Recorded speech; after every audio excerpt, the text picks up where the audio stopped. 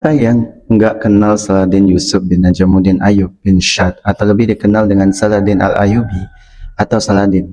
Dia adalah seorang kesatria dan komandan muslim yang tidak mengenal rasa takut dan merupakan musuh perang salib yang paling ditakuti.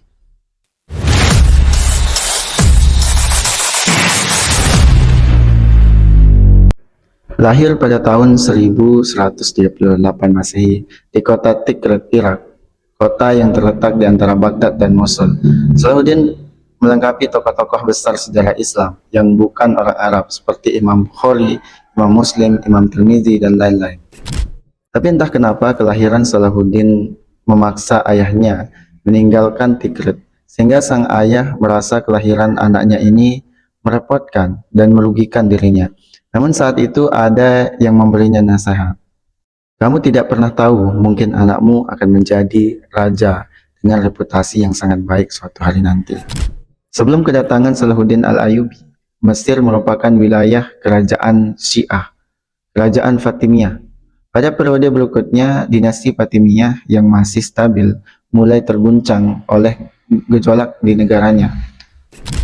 Saat itu paman Salahuddin, Nuruddin Mahmud, itu ngelihat adanya peluang untuk menaklukkan kerajaan Syiah ini.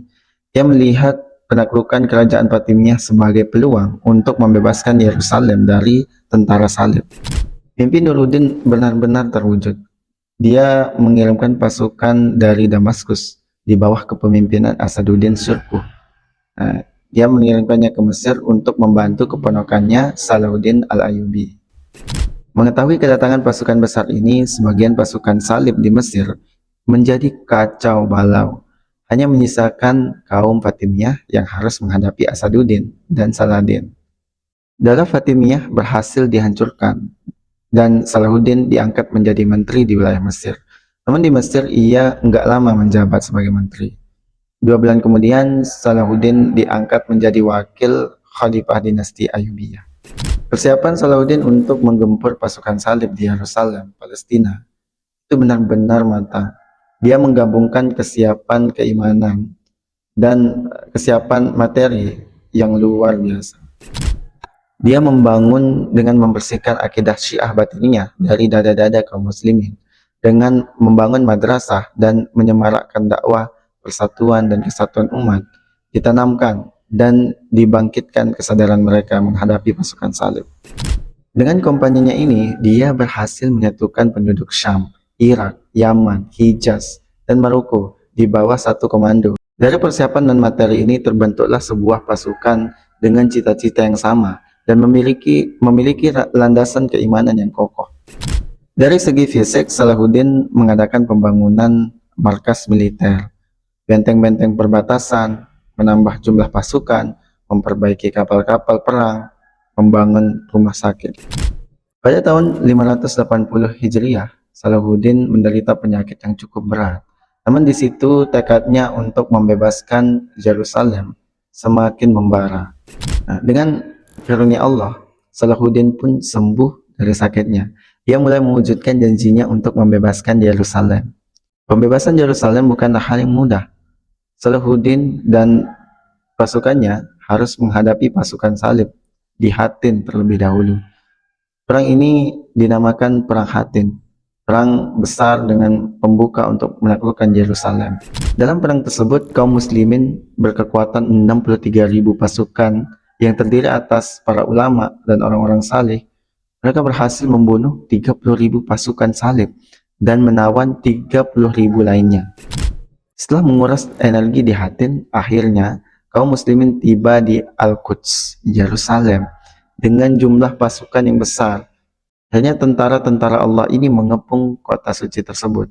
Perang pun berkecamuk, kemudian pasukan salib dengan sekuat tenaga mempertahankan diri, dan beberapa pemimpin kaum muslim pun menemui syahid mereka. Lihat keadaan ini, kaum muslimin semakin bertambah semangat untuk segera menaklukkan pasukan salib.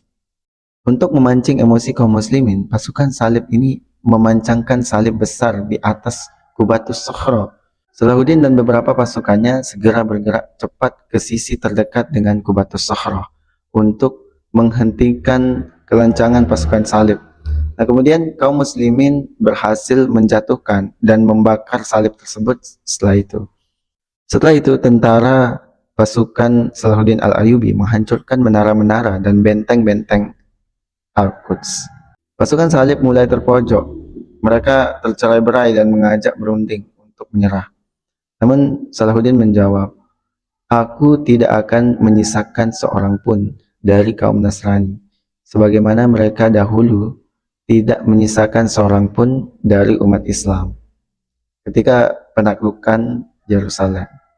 Namun pimpinan pasukan salib, Balan bin Bazran, mengancam, jika kaum muslimin tidak mau menjamin keamanan kami, maka kami akan bunuh semua tahanan dari kalangan umat Islam, yang jumlahnya hampir mencapai 4.000 orang. Kami juga akan membunuh anak-anak dan istri-istri kami, menghancurkan bangunan-bangunan, membakar harta benda, menghancurkan Qubatus Sokhro, membakar apapun yang bisa kami bakar. Dan setelah itu, kami akan hadapi kalian sampai darah penghabisan. Satu orang dari kami akan membunuh satu orang dari kalian. Kebaikan apalagi yang bisa engkau harapkan? Inilah ancaman yang diberikan pasukan salib kepada Salahuddin dan pasukannya. Salahuddin pun mendengarkan dan menuruti kehendak pasukan salib dengan syarat setiap laki-laki dari mereka membayar 10 dinar, untuk perempuan 5 dinar, dan anak-anak 2 dinar. Pasukan salib pergi meninggalkan Yerusalem dengan tertunduk dan hina.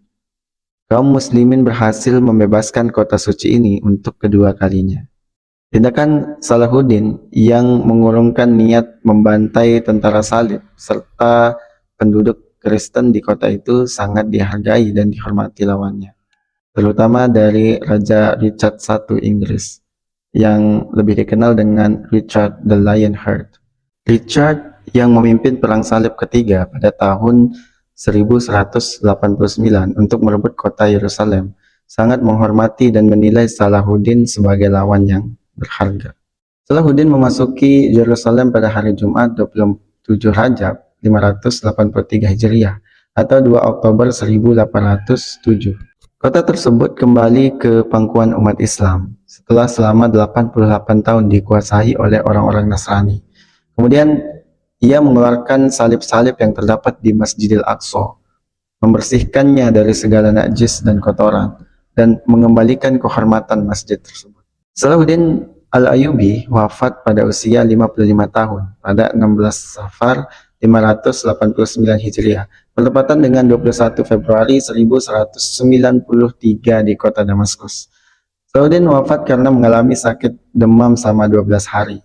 Semoga Allah meridhai, merahmatinya, dan membalas jasa-jasa para pahlawan Islam, sang pembebas Yerusalem.